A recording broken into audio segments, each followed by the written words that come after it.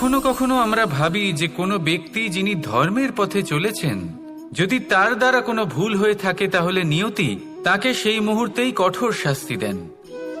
কিন্তু সেই সব মানুষ যারা সংসারের সবথেকে বড় অধর্মী, বহু নিকৃষ্ট মানের কাজ করেন, তাদের নিয়তি অনেক সুযোগ দেন। তাদের নিয়তি এরকম কঠোর প্রহার করেন না। এই ভাবনা কখনো না কখনো মনে আসেই। ভেবে দেখুন কেন? আসলে জীবনকে বেশিরভাগ মানুষ একভাবেই দেখে থাকেন, বিভিন্ন স্তরে একে দেখা উচিত। এবার আপনি বলুন, এই সংসারে কোনো অধর্মী কখনো প্রেরণার উৎস হতে পারেন? কখনোই নয়। যে মানুষ নিজের আত্মাকে মলিন করে ফেলেছেন, তিনি এই সংসারকে কিভাবে প্রেরণা যোগাবেন? উনি নিজেই বুঝতে পারেন না কোনটা করা উচিত, ধর্ম কোনটা। তাই নিয়তি তাকে একটা সুযোগ দেন, এটা বোঝার সুযোগ দেন যে কোনটা উচিত, কোনটা ধর্ম। সুযোগ দেন নিজের বিবেক জাগিয়ে তোলার, তাকে সুযোগ দেন নিজের অন্তরাত্মার ডাক শোনার। যখন তাতেও কাজ হয় না, তখন নিয়তির কাছে একটাই পথ বাকি থাকে, আর তা হল মহাবিনাশ। মহাবিনাশ হয়তো দেরিতেই আসতে পারে, কিন্তু তা অবশ্যই আসবে। আর যখন মহাবিনাশ আসে, তখন মহাবিনাশের যন্ত্রণা সমগ্র মানব জীবনের যন্ত্রণার থেকে অনেক বেশি হয়। এই কথাটা সবসময় মনে রাখবেন। আর অন্যদিকে যে মানুষ ধর্মের পথে চলছেন, তার দ্বারা যদি কোনো ভুল হয়ে থাকে, তখন নিয়তি তার পরীক্ষা নেন। কিছুক্ষণের জন্য মানুষের মনে হতে পারে নিয়তি তাকে কঠোর শাস্তি দিয়েছেন, কিন্তু সময়ের সাথে আমরা সবাই দেখি যে যখন সেই মানুষ সেই পরীক্ষায় উত্তীর্ণ হন, এই সমস্ত সংসারের জন্য প্রেরণার উৎস হয়ে ওঠেন। অর্থাৎ নিয়তি প্রত্যেক মানুষকে তার কর্ম অনুসারে উচিত ফলও দেন, উচিত শাস্তিও দেন। পার্থক্য হলো শুধুমাত্র সময় আর আপনার দৃষ্টিভঙ্গির। তাই ধর্মের পথে চলুন আর আমার সাথে ভালোবেসে বলুন, রাধা রাধা। আমাদের জীবনে অত্যন্ত গুরুত্বপূর্ণ একটা আশা বসবাস করে, বিশ্বাসের রূপে। বিশ্বাস যা আমরা ঈশ্বরের ওপর করি, ভাগ্য, প্রারব্ধের ওপর করি, নিয়তির ওপর করি। যখনই ভালো কিছু হয় আমরা বলি এ হলো ঈশ্বরের দয়া, যখন খারাপ কিছু হয় আমরা বলি এ হলো ঈশ্বরের মায়া। কখনো ঈশ্বর বা ভাগ্য বা প্রারব্ধ বা নিয়তি। আপনি নিজে কোথায় তা কখনো ভেবেছেন? আপনি বিশ্বাস করছেন ঈশ্বরের উপর, প্রারব্ধের উপর, কখনো নিজের উপর করেছেন? আমি আপনাকে একটা সহজ কথা বলি, যদি আপনি ঈশ্বরের উপর বিশ্বাস রাখেন, শুধুই ঈশ্বরের উপর বিশ্বাস, তাহলে আপনি সেটাই পাবেন যেটা আপনার ভাগ্যে লেখা রয়েছে। কিন্তু যদি আপনি নিজের উপর বিশ্বাস রাখেন, আত্মবিশ্বাস রাখতে শেখেন, তাহলে ঈশ্বর আর নিয়তি দুজনে মিলে আপনার ভাগ্যে সেটাই লিখবে যা আপনি চাইছেন। তাই মনে রাখবেন, সাফল্যের পথ হলো এই বিশ্বাস। নিজের আত্মবিশ্বাসকে ধরে রাখতে শিখুন, দেখবেন আত্মা প্রসন্নতায় ভরে উঠবে। তাহলে আসুন এই প্রসন্ন ভাব নিয়ে বলুন, রাধা রাধা। এই সংসারে সবচেয়ে বড় পাপ কি হতে পারে? কেউ বলবেন অসত্য, কেউ বলবেন ছলনা, আবার কেউ বলবেন লালসা। না, সংসারে সবচেয়ে বড় পাপ হলো নারী জাতির অসম্মান, নারীর মান ভঙ্গ করা। কারণ এই অপরাধ কেবল নারীর শরীরকেই নয়, বরং তার মন আর আত্মাকেও আহত করে থাকে। তাহলে এবার প্রশ্ন হলো, যে এই অপরাধ করেছে তাকে কি শাস্তি দেওয়া উচিত? কেউ বলবেন শারীরিক যন্ত্রণা, আর কেউ বলবেন মৃত্যুদণ্ড। কিন্তু এই অপরাধের শাস্তি নির্ধারণ করার আগে এটা জানার কি কোনো প্রয়োজন নেই যে অপরাধী আসলে কে? এখন আপনি বলবেন সহজ ব্যাপার, সেই পুরুষ যে নারীর মান ভঙ্গ করেছে। কিন্তু এ কি সম্পূর্ণ সত্যি? নিজের অপমানের জন্য, নিজের সম্মানকে নিজেই হারানোর জন্য কখনো নারী কি নিজে দায়ী হতে পারে না? ভেবে দেখুন, সম্মানহানির থেকে বাঁচার জন্য সর্বপ্রথম সম্মানের সীমার ওপর নজর দেওয়া প্রয়োজন। রাবণ সীতার হরণ এই জন্যই করতে পেরেছিলেন কারণ সীতা নিজের বোকামোর জন্য রাবণের সেই সীমা উল্লঙ্ঘন করা সহজ করে দিয়েছিলেন। কিন্তু অশোক বাটিকাতে সেই সীতাকেই রাবণ স্পর্শ পর্যন্ত করতে পারেননি, কারণ সে রাবণ আর তার মাঝখানে ঘাস দিয়ে একটা ছোট রেখা বানিয়ে দিয়েছিলেন। জীবনে না বলতে শিখুন। যদি কেউ আপনার সম্মানের সীমা পার করতে চেষ্টা করে তাহলে তাকে সেখানেই আটকাতে শিখুন। আপনার ওপরে ওঠা প্রথম হাত, প্রথম কটাক্ষ ওইখানেই আটকাতে শিখে নিন।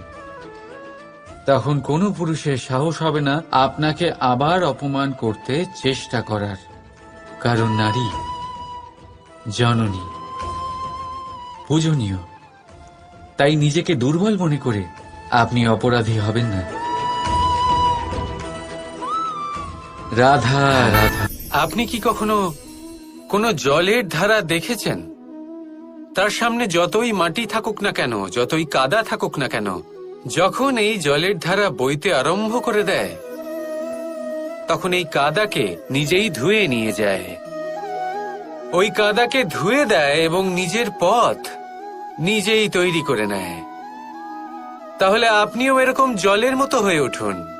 যদি হয়ে উঠতে পারেন তাহলে নিজের মনের, নিজের ভাবনার, নিজের জীবনের যত অনাবশ্যক তত্ত্ব আছে, অনুপযোগী অংশ রয়েছে, অর্থাৎ অপরিষ্কার অংশ রয়েছে, তা নিজে থেকেই নির্মল হয়ে উঠবে।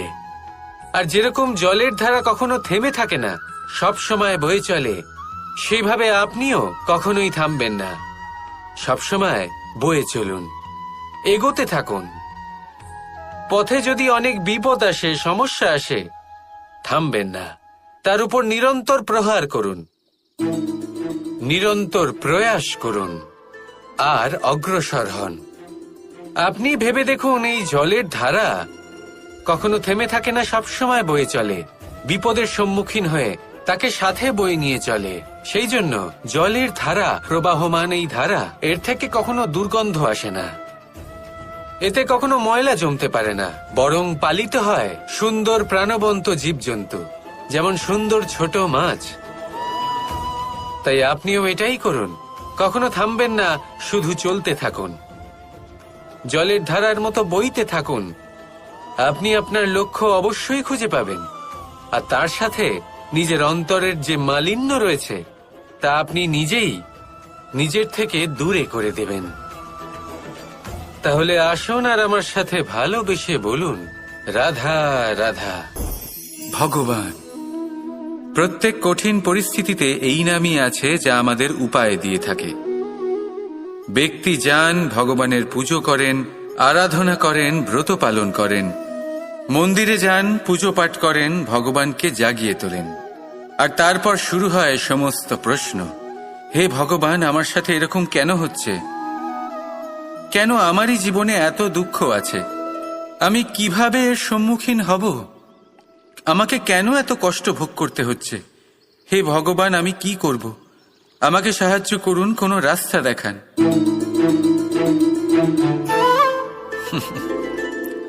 চলুন, আমি আপনাকে একটা প্রশ্ন করি। মন্দিরে যাওয়ার চেষ্টা করার আগে আপনি কি জীবনে ততটা চেষ্টা করেছেন যতটা সেই সমস্যাকে দূর করার জন্য দরকার ছিল? দ্বিতীয় প্রশ্ন, ভগবানকে জাগানোর পূর্বে আপনি কি নিজেকে জাগিয়ে তুলেছেন? আপনি কি আলস্য ত্যাগ করেছেন? তৃতীয় প্রশ্ন, ভগবানকে জিজ্ঞাসা করার আগে আপনি কি নিজেকে জিজ্ঞাসা করেছেন যে আমি কেন এত অসফল হচ্ছি? যদি না করে থাকেন তাহলে সবার আগে এটা করুন। আপনি সমস্ত প্রশ্নের উত্তর পাবেন, সমস্ত বিপদের পরিত্রাণ পাবেন। অন্য কোথাও নয়, নিজের ভেতরে তাকিয়ে দেখুন। চেষ্টা করুন নিজেকে জাগিয়ে তোলার। আপনি সফল অবশ্যই হবেন, কারণ এই পরমাত্মা, ওই পরমেশ্বর, ওই পরব্রহ্ম আপনার মধ্যেই তো আছে। রাধা রাধা। ধৈর্য, এই ধৈর্য কি কোনো গুণ, কোনো অনুভূতি, কোনো দৃষ্টিভঙ্গি? আমার জন্য ধৈর্য এক বাহন। আপনি হয়তো ভাবছেন এই কেমন বাহন? বাহন তো ঘোড়া হতে পারে, হাতি হতে পারে, উটও হতে পারে, কিন্তু ধৈর্যকে বাহন বানানো মানে? চলুন আপনাকে একটা কথা বোঝাই। পৃথিবীতে এমন কোনো বাহন নেই যে তার আরোহীকে আছড়ে ফেলেনি। সেটা উট হোক বা হাতি হোক বা ঘোড়া হোক, চলতে চলতে কখনো নড়বড় করেই বসে। তারপর সেই আরোহী পড়ে কারোর পায়, তারপর পড়ে তার নিজের নজরে। কিন্তু ধৈর্যরূপী বাহন কখনো কাউকে ফেলে না, কখনো না। না সেই আরোহী কারোর পায়ে পড়ে, আর না তো নিজের নজরে। কারণ ধৈর্য আপনাকে বিবেক প্রদান করে, বিবেক আপনাকে পরিকল্পনায় সাহায্য করে, আর পরিকল্পনা প্রদান করে আপনাকে শক্তি, আপনার লক্ষ্যের দিকে অগ্রসর হওয়ার। বুঝলেন? ধৈর্যকে সঙ্গে রাখুন, নিজেকে আরো ধৈর্যশীল করে তুলুন। এই ধৈর্যের সাহায্যে আরোহণ করে দেখুন কিভাবে এই বাহন আপনাকে আপনার গন্তব্যে পৌঁছে দেবে। রাধা রাধা। আমাদের মনে যখন কোনো প্রশ্ন ওঠে, কোনো দ্বন্দ্ব জাগে, তখন আমরা যাই আমাদের গুরুর কাছে, আমাদের আরাধ্যের কাছে গিয়ে জিজ্ঞেস করি। এইভাবেই একদিন আমি পৌঁছলাম আমার আরাধ্যের কাছে, আমার মহাদেবের কাছে, আর ওনাকে প্রশ্ন করলাম যে মহাদেব, জীবনে আনন্দ পাওয়ার, উৎসব পালনের, প্রেম ভাগ করে নেবার, জীবনকে উপভোগ করে নেওয়ার সর্বশ্রেষ্ঠ সময় কোনটা? মহাদেব হাসলেন আর উনি বললেন, জীবনে উৎসব পালনের সবথেকে শ্রেষ্ঠ দিন হল মৃত্যুর ঠিক আগের দিনটা। প্রেম ভাগ করে নেওয়ার সবথেকে শ্রেষ্ঠ মুহূর্ত হল মৃত্যুর ঠিক আগের মুহূর্ত। জীবনকে উপভোগ করে নেওয়ার সর্বশ্রেষ্ঠ প্রহর হল মৃত্যুর এক প্রহর পূর্বে। তখন আমি চমকে গেলাম।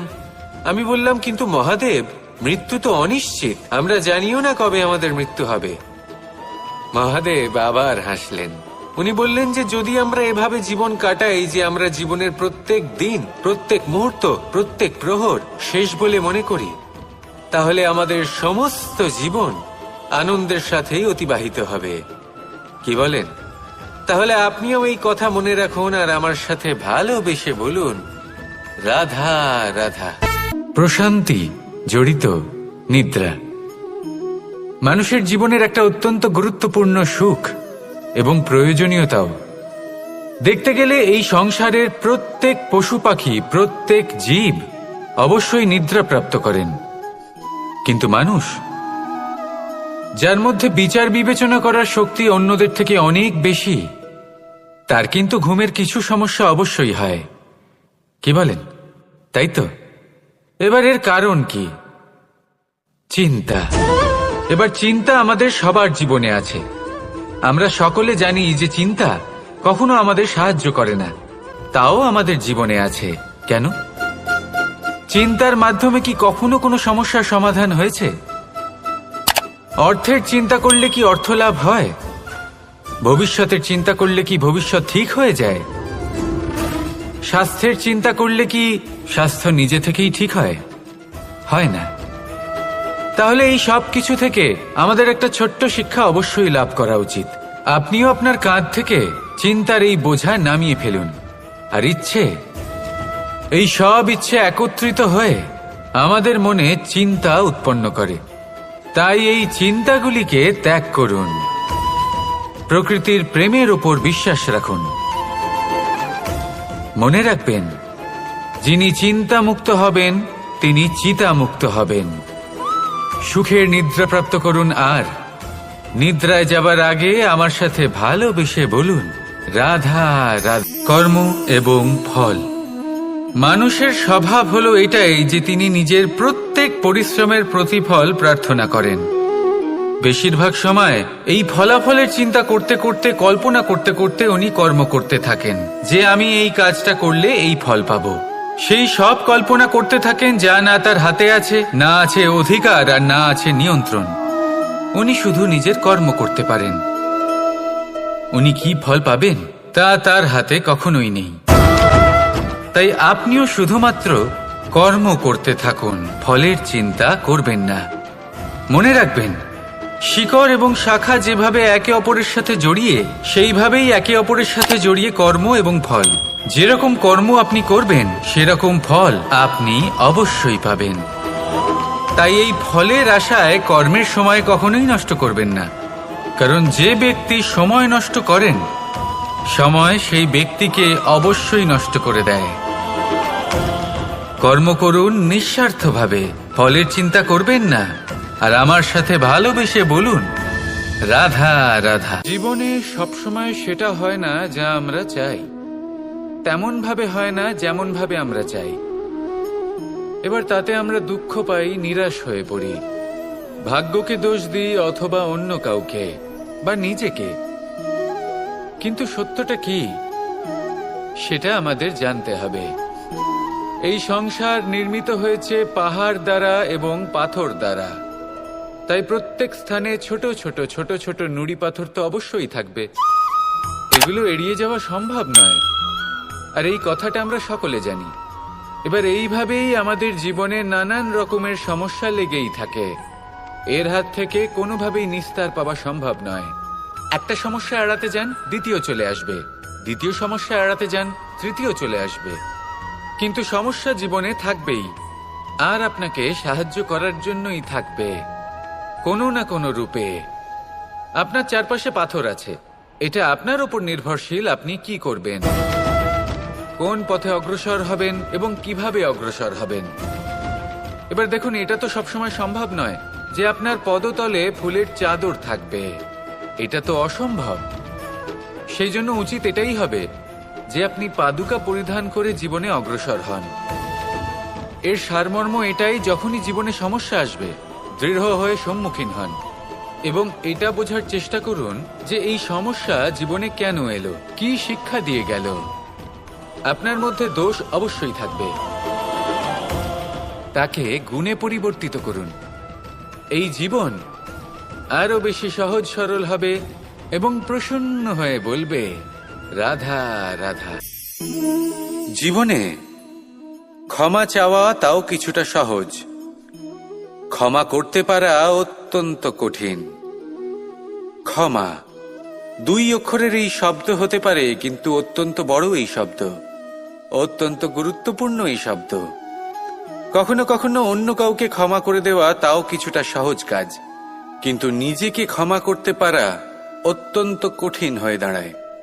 অতীতে যদি আমাদের এমন কোনো ভুল হয় যে কারণে আমরা নিজেকে ক্ষমা করতে পারি না, অনেক সময় এমন কিছু ভুল করে বসি যে বিষয় শুধু আমরাই জানি, কিন্তু আমরা নিজেকে ক্ষমাই করতে পারি না, আর আমাদের বিকাশ সেখানে স্তব্ধ হয়ে যায়। কারণ যদি আপনি ক্ষমা করতে না শেখেন, নিজেকে ক্ষমা যদি না করতে পারেন, তাহলে তা আপনার জীবনের সবথেকে বড় বাধা হয়ে দাঁড়াবে। সেই জন্য জীবনে অবশ্যই শিখুন যে কিভাবে নিজেকে ক্ষমা করতে হয়, আর শিখুন যে আগের করা ভুল আবার কি করে না করা যেতে পারে। এই মন হালকা হবে আর প্রসন্ন হয়ে বলবে রাধা রাধা। দুঃখ কি, ভয় কি, এদের কিছুটা এইভাবে ভাবা যেতে পারে। জীবনে যখনই আপনি কিছু একটা লাভ করবেন, তখন সেটা হারানোর ভয় তার সাথেই চলে আসে। যেমন আপনি যদি ধন অর্জন করেন, ধন হারানোর ভয় তার সাথেই চলে আসে। সম্পত্তি অর্জন করলে সেটা লুট হবার ভয় তার সাথেই চলে আসে। আর এটা জীবনের সাথেও হয়। যেই মুহূর্তে আপনি জন্ম নেন, মৃত্যুর ভয় তার সাথেই চলে আসে। জন্ম না নিলে মৃত্যু কিভাবে হবে? মৃত্যুর ভয় কোথা থেকে আসবে? এবার এই ভয় কি সেটা আপনাকে বুঝিয়ে বলি। এই ভয় যদি মনের মধ্যে থাকে, জীবনে থাকে, তাহলে যা কিছু লাভ করবেন, সুখ, সম্পত্তি, সুবিধা, ধন, এইগুলি লাভ করার একটা আনন্দ থাকে, এদের সাথে জীবনযাপন করার একটা আনন্দ থাকে। এই ভয় সেই আনন্দ আপনার থেকে কেড়ে নেয়। ধরে নিন কাল আপনার মৃত্যু হতে চলেছে। এবার কালকের মৃত্যুর ভয় আজই মনে পুষে রাখলে তাহলে এই ভয় আজকের সুখ, আজকের শান্তি আপনার থেকে কেড়ে নেবে। ভয় এটাই করে। সেই জন্য মনে রাখবেন, ভয়ের সঙ্গ আপনি ত্যাগ করে দিলে জীবন যাপনের যে সুখ তা চিরকাল আপনার সাথে থাকবে। আসুন আর আমার সাথে ভালোবেসে বলুন, রাধা রাধা। কাল, আজ এবং কাল। আমাদের সমগ্র জীবন এই তিনটির আশেপাশেই ঘুরতে থাকে। আমরা সবসময় বিগত সময়ের বিষয়ে ভাবতে থাকি। অতীতে যদি আমাদের দ্বারা কোনো ভুল হয়, সেই বিষয়ে ভেবে ভেবে আমরা সবসময় অনুতাপ করতে থাকি। এটা উচিত নয়। দেখুন, অতীতের থেকে শিক্ষা লাভ করা অত্যন্ত আবশ্যক, কিন্তু সেই ভুল যাতে আবার না হয় সেই কাজটা কিন্তু আপনাকে বর্তমানেই করতে হবে, তাই না? দ্বিতীয় কথা, আমরা সবসময় ভাবি আগামী দিনের বিষয়ে, ভবিষ্যতের বিষয়ে। আমরা ভাবি যে কাল করে নেব, আজ এই কাজ করতে পারছি না, কোনো ব্যাপার নয়, কাল করে নেব। আজ কাজটা শুরু করতেই পারলাম না, কোনো ব্যাপার নয়, কাল করে নেব। আজকের দিনটাই ভালো ছিল না, কোনো ব্যাপার নয়, সেটা কাল করে নেব। ব্যাপারটা বুঝুন, আপনি নিজের সময় নষ্ট করছেন। দেখুন, এই যে কাল, তা কখনোই আপনার হাতে আসবে না। তাই যে কাজ করতে চান সেটা আজকেই করুন, অন্তত শুরুটা করুন। কারণ এই আগামী সময় তা সবসময় আপনার থেকে এক কদম আগে থাকবে, একদিন এগিয়ে থাকবে। জানেন কেন? কারণ এই কাল আপনার জন্য অপেক্ষা করবে না, সেই জন্য আপনিও এর জন্য অপেক্ষা করবেন না। যা করার তা আজকেই শুরু করুন। কারণ যে বর্তমানে নিজের ভিত স্থাপন করেন না, ভবিষ্যৎকালে তার সুন্দর শক্তিশালী ভবন কখনো নির্মাণই হয় না। আসুন আর আমার সাথে ভালোবেসে বলুন, রাধা রাধা। বিন্দু বিন্দু জলেই সাগর নির্মাণ হয়। এবার এই কথা আমরা সকলে জানি। আপনি কি এই কথাটা জানেন যে ছোট ছোট সুখের দ্বারাই বড় সুখ লাভ করা যায়? একজন বাবাকে দেখুন, সন্তানের জন্ম থেকে তার যুবক হওয়া পর্যন্ত তার সাথে ছোট ছোট সুখ যাপন করেন। এই ছোট ছোট সুখগুলি তাদের প্রেমের সম্পর্কে গভীরতা নিয়ে আসে, এবং প্রেমের এই গভীরতা তাদের জীবনে বড় সুখ নিয়ে আসে। এটা ঠিক সেই রকম যেরকম বিশাল এক সমুদ্রে, গভীর এক সমুদ্রে অমূল্য রত্ন খুঁজে পাওয়া যায়। এটাও ঠিক সেই রকমই। সেই জন্য জীবনে বড় বড় সুখের খোঁজ করতে গিয়ে সময় নষ্ট করবেন না। এই যে ছোট ছোট সুখ আছে, এগুলোকে যাপন করা শুরু করুন, এগুলোর আনন্দ লাভ করুন, এগুলো নিয়ে উৎসব পালন করুন। প্রেমের গভীরতা বুঝুন আর এই গভীর প্রেমে মন নিমজ্জিত করুন। তারপরে দেখুন, এই মন আর এই জীবন সুপ্রসন্ন হয়ে বলবে, রাধা রাধা। আমি অনেক মানুষকে এটা বলতে শুনেছি যে মানুষ মানেই ভুলের বাক্স, মানুষ নাকি ভুলে ভর্তি পুতুল। আর এটাই সত্যি। দেখুন, ভুল কার দ্বারা হয় না, প্রত্যেকের দ্বারা হয়, আর একটা নয়, অনেক ভুল হয়। কিন্তু মনে রাখবেন, তাদের বস্ত্রতেই কাদা লাগে যারা কাদা পরিষ্কার করার প্রচেষ্টা করেন। তাহলে যেখানে চেষ্টা আছে সেখানে ভুল তো হবেই। এবারে যদি আপনি কোনো নতুন সংকল্প করতে যান, কোনো বড় কাজ করতে যান, আর আপনার দ্বারা কোনো ভুল হয়ে যায়, তাহলে কোনো ব্যাপার নয়, তার জন্য পস্তাবেন না। নিজের ভুলটাকে চিনুন, তাকে বুঝুন, তাকে শুধরাবার চেষ্টা করুন, আর সব থেকে জরুরি কথা, নিজের ভুল থেকে শিখুন। তাদের হাত থেকেই রক্তপাত হয় যারা কাঁটার মধ্যে লুকোনো ফুলকে খোঁজার চেষ্টা করে। তাই মনে রাখবেন, যে জীবনে কোনো ভুল করেনি সে জীবনে নতুন কিছু করার কোনো চেষ্টাও করেনি। এই ভুল আপনার সব থেকে বড় শিক্ষক।